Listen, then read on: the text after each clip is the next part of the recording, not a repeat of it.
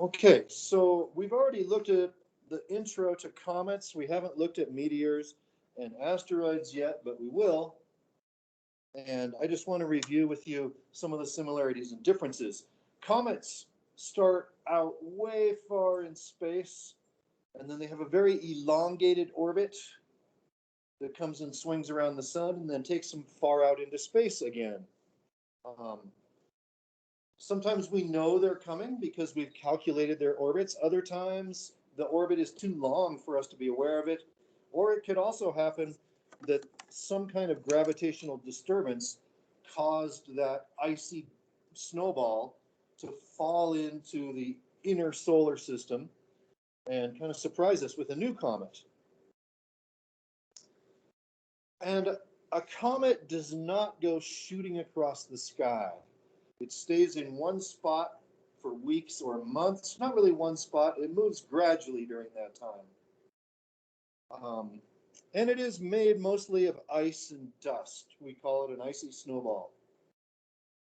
On the other hand, a meteor does go shooting across the sky. We also call it a shooting star or a falling star. And a meteor is connected to both comets and asteroids because it could be leftover particles that fell off of a comet or broke off of an asteroid. So a comet could be, a meteor could be made of dust or rock or ice particles, large or small. And generally, these are just floating around in space, and then we run into them. I like to think of meteors like when you're driving along and you hit a fly or some other bug on your windshield. The Earth slams into that thing, and as a result, we end up with a splatter on our windshield or a streak of light in the atmosphere as the material burns up. So a meteor is in the atmosphere when we see it. It's burning up in the sky. It's going so fast that there's a ton of friction with the air, and so it gets hotter and hotter and hotter until it glows, and that's what we're seeing. And then asteroids are rocky objects. Most of them orbit between Mars and Jupiter, and we can only see these with large telescopes.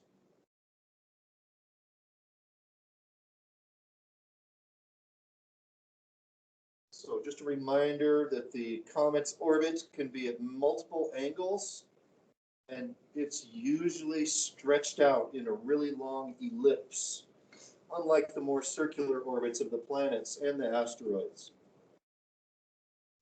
Comets are named after whoever finds them. And for our purposes, the comet has four parts. The icy snowball itself is the nucleus, and as that starts to melt when it comes close to the sun, it starts releasing gases and dust and ice particles, and that forms a head, a coma, around the comet. And then the solar wind pushes some of those particles out away from the comet, including the dust and the ionized gases, which form these two separate tails. Oddly enough, the tail does not always follow behind the comet. Because it's pushed away by the solar wind, the tail always faces away from the sun. Whether it's going towards the sun or away from the sun, the comet is always away from the sun. The tail of the comet is always pointing away from the sun, regardless of what direction the comet is moving.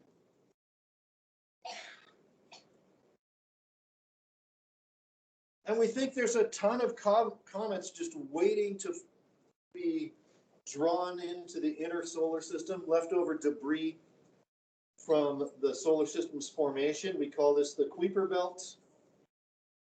And even beyond the Kuiper Belt, we have another huge reservoir of comets called the Oort cloud. Okay, and so that takes us to a section called impacts, right? So comets can be beautiful, but they can also be frightening. The ancient cultures thought that comets were signs from the gods, and they were often considered to be um, omens of bad events to come, like the death of a king or the loss of a war or something like that. But what we're going to be more concerned about here in terms of negative aspects of comets is more about the possibility that they could hit us, that we could have an impact as a comet is drawn into our gravitational field and it could hit the planet, and what those possible results would be. So, first of all, we think this has happened before. We think the dinosaurs were killed off by a comet colliding with the Earth 65 million years ago. And the first piece of evidence came from a paleontologist who was studying the rocks at this age 65 million years ago. And he found that the rocks, right at that age, there was a very thin layer of a clay-like rock. And it had, when he sent it off to the lab to be analyzed, it turned out that it had this element called iridium in it, which is IR on the periodic table. I'm not sure exactly where it is. I haven't looked for it for a while. I forget.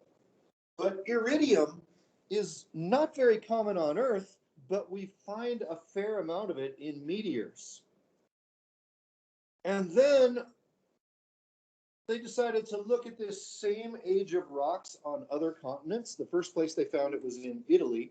And they started looking around, and they found the same iridium layer in many rock formations of that 65 million year old age, suggesting that some kind of impact had spread iridium across the globe. And the most likely explanation was that a comet or an asteroid hit the Earth, exploded basically, and the iridium was carried by the wind all around the planet. And so we have this layer of rock in multiple locations where that signal from the iridium is preserved. But no one knew where it would have hit. And so they started looking for rocks of the right age that could have been the crater. And finally, they found what they think is the impact crater off the coast of Mexico, off the coast of the Yucatan Peninsula. It's halfway underwater, which kind of explains why it would have been hard to recognize as a crater. And then this is pretty, what do I want to say, highly grown, pretty jungly environment here. So hard to see this crater. Plus, it's huge. So it was hard to recognize that there's this crater that's halfway underwater and halfway in the jungle. And finally, they found it, and it is the right age. So we think this was what killed the dinosaurs. A comet came in, hit the Earth right here, would have sent out a shockwave and killed anything nearby, but also would have sent up all this debris in the atmosphere, which would have, if there was enough, it could block the sunlight, which could kill the plants, which would kill the herbivores, which would kill the carnivores if there was no food, huh? The whole food chain could have collapsed because of this event.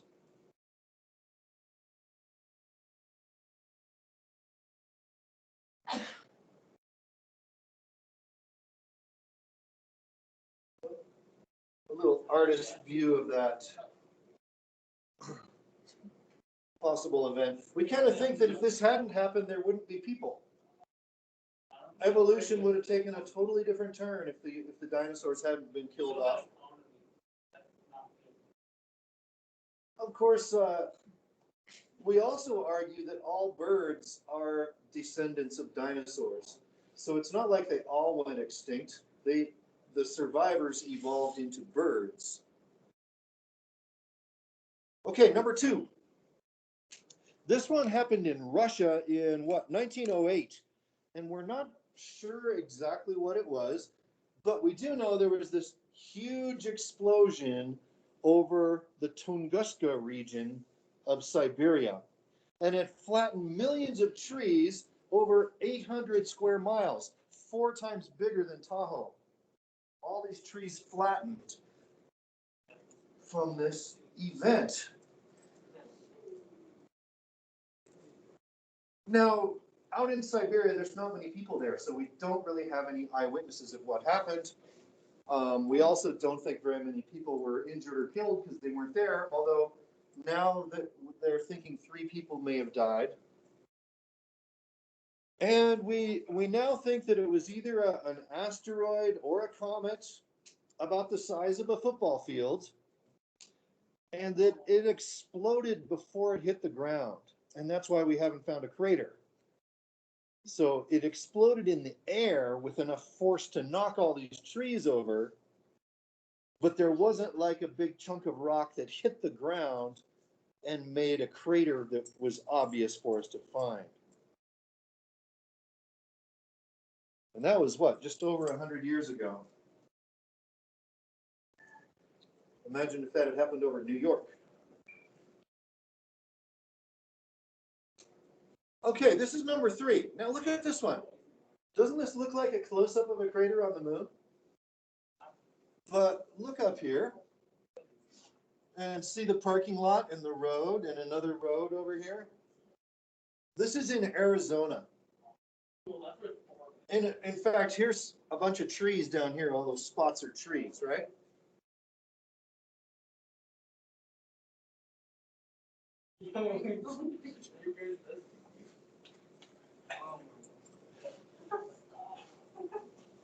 So this is called Meteor Crater in Arizona, and it was one of the first places that we realized that craters were not always volcanic. So we have 2 kinds of craters. You can have a volcanic crater, or you can have what's called an impact crater from something hitting it. Just imagine going down to the beach and taking a rock and throwing it in the sand. Don't you make a crater in the sand? Right? We think that this impact happened about 50,000 years ago, which would have been just before the first humans arrived here. This is, let's see. Oh, I thought it said how big it was. It's about 1 kilometer, so it's not quite a mile across.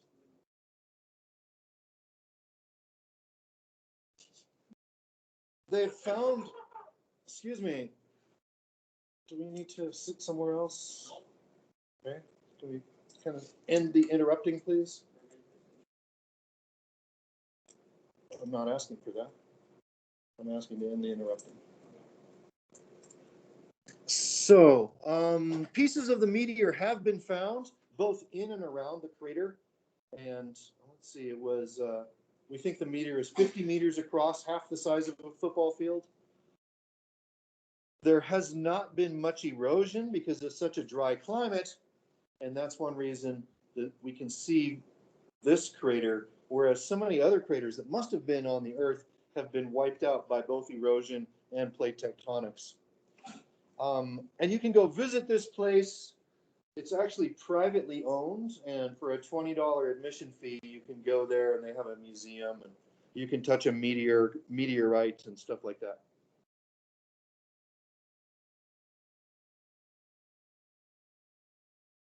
And the last one, 1994, there was a crater, a comet called Shoemaker-Levy 9. These 2 guys, it was the 9th one that they'd found. And they discovered it, and it had already broken apart into multiple pieces.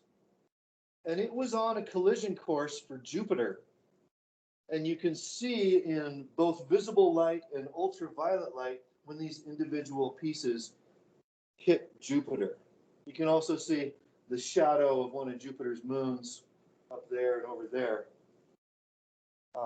So this was the first time we actually observed a comet colliding with another planet. And so one of the things that we're concerned about is the possibility of this happening here, and what are we going to do about it? Some people say, oh, just go up there and blow it up. Well, if you blow it up, then you have all these separate pieces that hit in multiple locations, right?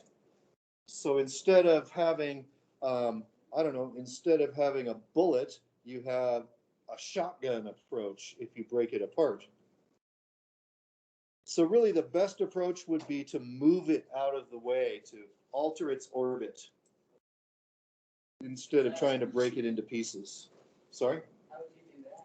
You'd have to fly something to it and then you nudge it out of the way so that it altered the path that it was on. And you'd have to do, the earlier you did that, the farther away it was, the better you would be. Because if you change the angle by just a little, it might be enough to go around us. But if you wait till too late, you have to change it a lot to avoid it. Oh, how about this guy? His car was hit by a meteor. So I guess he sold it to a museum.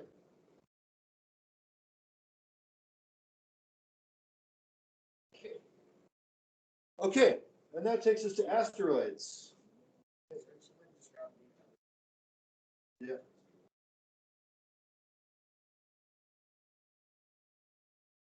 So an asteroid is different from a comet because it's not a dirty snowball, it's just a rock. And they can be about the same size, about the size of a mountain. Of course, they can also be much smaller. They're also leftover debris from this formation of the solar system, but it's in much closer. So all the gases and ices that would have been there have been blown away from them. They've been melted away and pushed off by the solar wind. So both comets and asteroids we think are leftover material from Earth, from the solar system's formation. Just the more distant things remained icy, and the closer things were only rock. Whenever you put oid at the end of something, it means like that thing. So aster means a star, like astronomy, study of stars. So in this case, it means star-like. And some of them are big enough that they have names.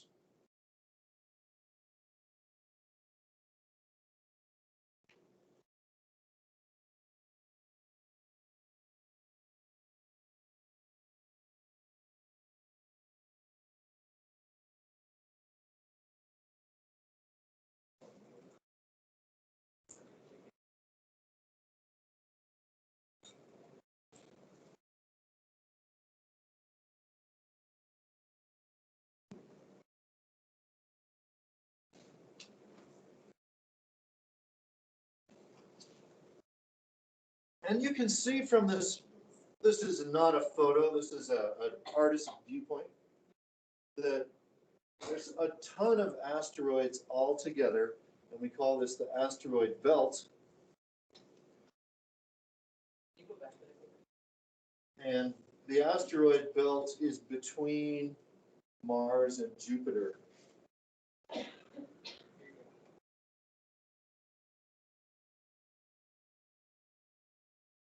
There are some other asteroids that orbit closer to the sun than this asteroid belt, and we call these the near-Earth asteroids. And these would be the ones that could be a threat to our planet if we ended up having our orbits overlap.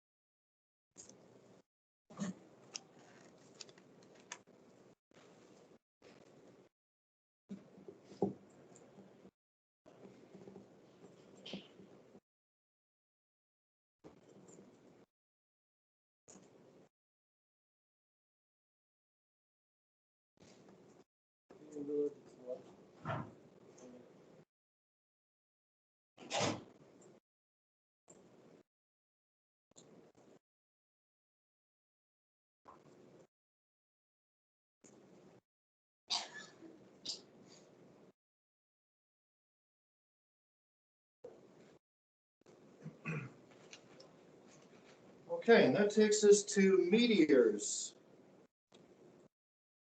Well, not quite. So here's an asteroid we visited, almost as big as Lake Tahoe, but in 3 dimensions.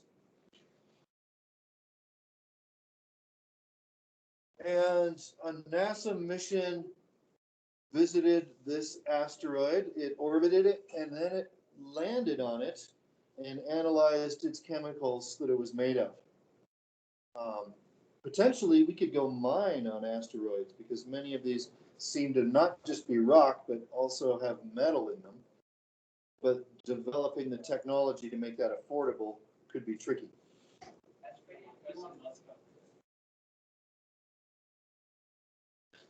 Okay, meteors. So a meteor could be as small as a grain of sand, or it could be as big as a football field. Whatever it is, they're burning up in the Earth's atmosphere, which is where they get their name, because meteor actually means atmosphere. Meteorology studies the atmosphere, and these are objects burning up in the atmosphere. They could come from either asteroids or comets, or they could even come from other planets or from the moon. Like if a big meteor hit the moon and knocked pieces of the moon off of it and it escaped the moon's gravity, they could eventually fall to the Earth as a meteor. And these things do go flying across the sky at thousands of miles per hour.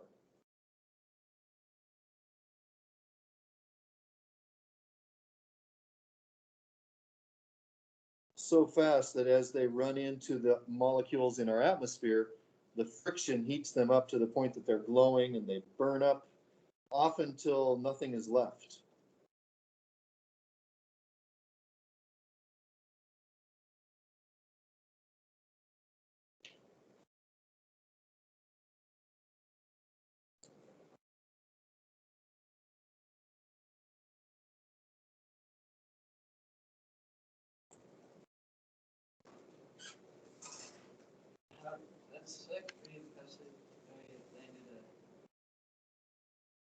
Something on an asteroid, something that small. Yeah, they had everything just set up just right to go to the exact right place, right? And not hit another asteroid on the way there.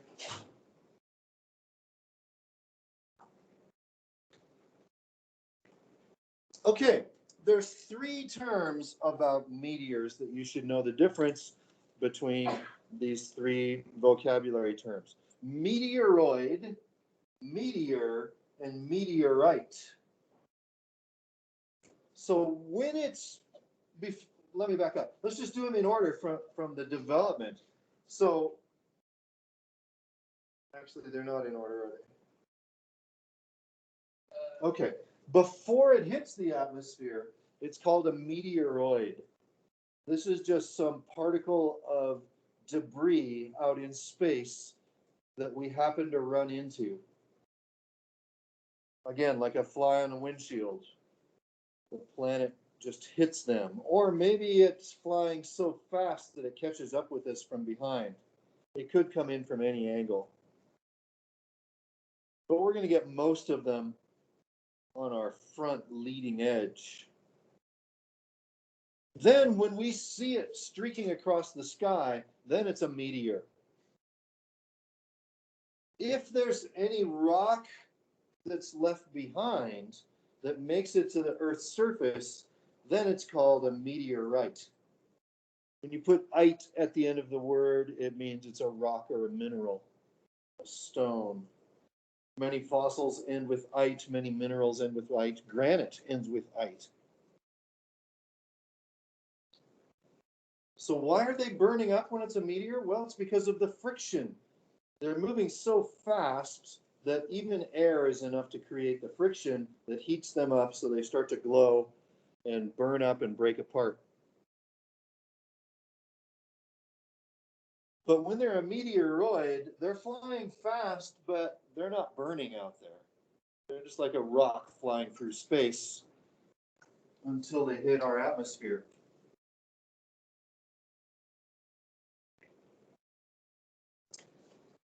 three main types of meteorites: those that are mostly stone, that are mostly iron, and then those that are a combination of the two.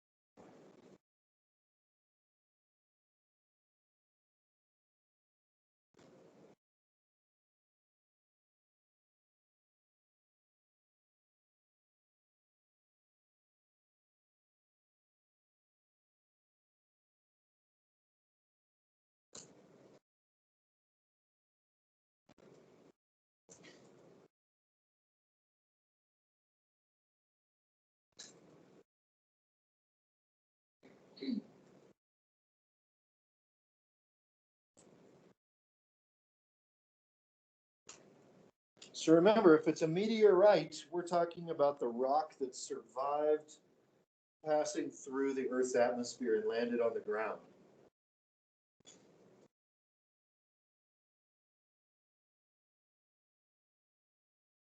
In some meteorites, the iron meteorites, if you cut it open, you get this pattern named after, it looks like a, I don't know, a Dutch guy, Widmanstatten. And that's these streaks going in these different directions. When you cut it open with a saw that's able to cut through rock and metal, this is what you end up finding in those iron meteorites. And you can buy meteorites. There are places you can go to buy them online, or you can probably go visit a shop. Often places that sell minerals and fossils would also have meteorites. So there are some people who, one of their main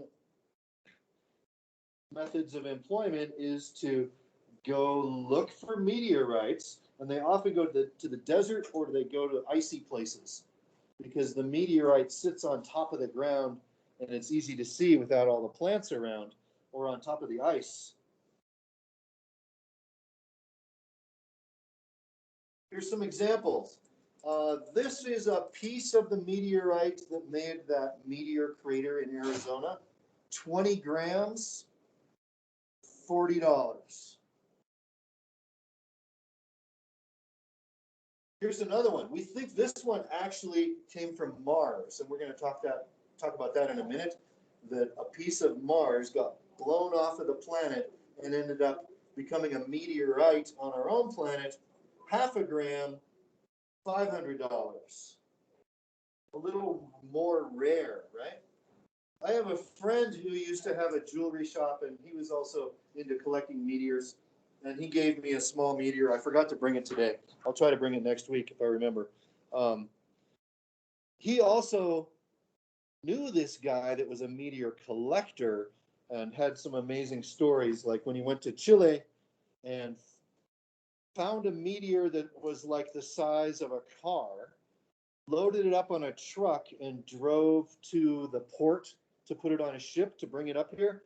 And the military showed up and arrested him because he didn't have the permits to take their national treasure away. So it's interesting business. Okay, so how could we get a meteorite from Mars end up on the Earth? The diagram kind of shows. You start off with some pretty large meteor that hits Mars. And remember, Mars has a very thin atmosphere, so it's much more likely to not burn up and slam into the ground. And when it hits the ground, all these fragments of rock and dust get thrown up in the air, but there's not very much air on Mars, and it's so small that there's not very much gravity. So now these particles are flying around in space. And if their path and the path of the Earth happens to overlap, then we could get a Martian meteorite.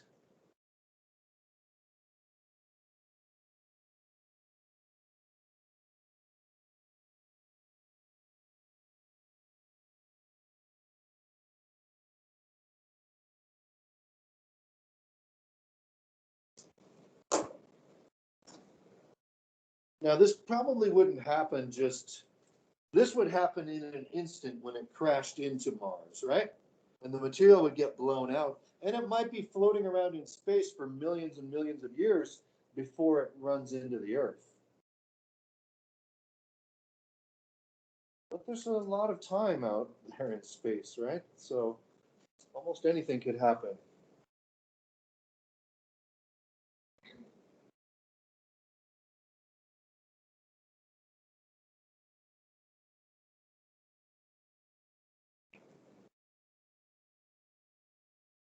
Okay, and you've probably heard of meteor showers. Meteor showers are relatively predictable. In at least we can say that a meteor shower is expected on these days, and I'll show you a list of days in a minute. Um, Basically, when the Earth passes through a whole cloud of debris that we know about, we're going to get a bunch of meteors at the same time. This is often leftover dust from a comet. In other words, we're flying through the tail of a comet. And we fly, it's like the Earth has this oval orbit, and let's say we draw an oval, and on the bottom, let's say that's May 4th. So right now we're over here, right? We've passed that point. But right at that point, there happens to be a bunch of material left behind by a comet. So every May 4th, we pass through all that debris again that was there from the comet. And that's how we can say that we're going to have a meteor shower on these days. Some meteor showers have a dozen meteors per hour, so you'd get one like every 5 minutes, another meteor would go by. That's still considered a meteor shower. Some of them have several hundred meteors an hour, so you might get one every 30 seconds. And some can have thousands of meteors per hour, which they call a meteor storm. This photo is probably a time exposure, so you're seeing more meteors in the photo than you would have seen these one at a time, right? They might be 5 minutes apart or 30 seconds apart. And what I want you to notice is they all seem to line up to the upper left, don't they? Like they're all coming from the same point. And that's how we name the meteor shower. The point that they seem to come from. It's not that they're actually coming from there, but that's what the debris lines up with that place. And so we name them after that location in the sky.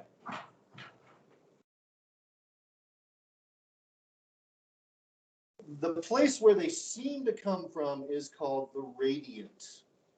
So they seem to spread out from that point. But it's more like the Earth is flying in that direction. Again, I compare meteors to a fly on the windshield or a whole bunch of bugs, and you just happen to be driving through that cluster of bugs, right? And they all kind of splatter across our sky. So we name them for the constellation that they seem to come from. They, again, they're not really from that constellation, they're just in line with it. This one being part of the constellation Lyra would be called the Lyrid meteor shower.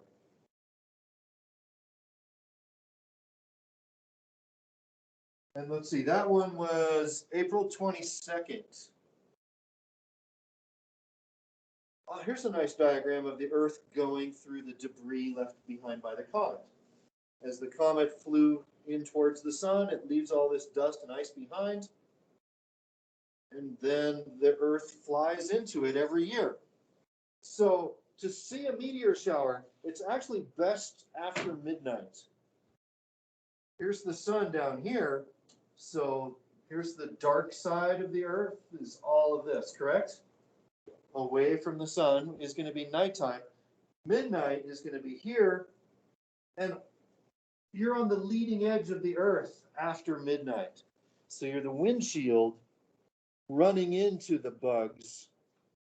As opposed to any meteors before midnight would have to be going fast enough to catch up with us from behind. Like a fly that was fast enough to fly into the back window of your car. So it's a little less likely to happen after midnight, it's more likely to happen. So if you're going to watch meteor showers, after midnight is the best. The best is also when there's no moon in the sky, when it's new moon is the best, or when it's a crescent moon. And you also want to be far away from city lights. Meteors, there's no point in having a telescope or binoculars. The best thing to do is just lay down and try to see as much of the sky as you can, because there might be one here, there might be one there, could be anywhere around you. In the wintertime, the best thing to do is lay down in a hot tub. After midnight, on a dark night. Here's a list of the different meteor showers. So we have this many meteor showers every year. You can see some of them are named after the zodiac constellations: Aquarius, Taurus, Leo, Gemini. Here's one named after Orion.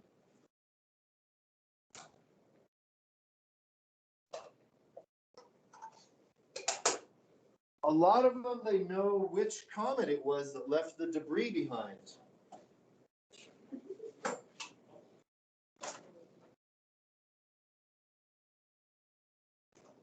Okay, here's your summary. So a comet is a chunk of ice and rock originating from the outer solar system, often accompanied by a coma and tail.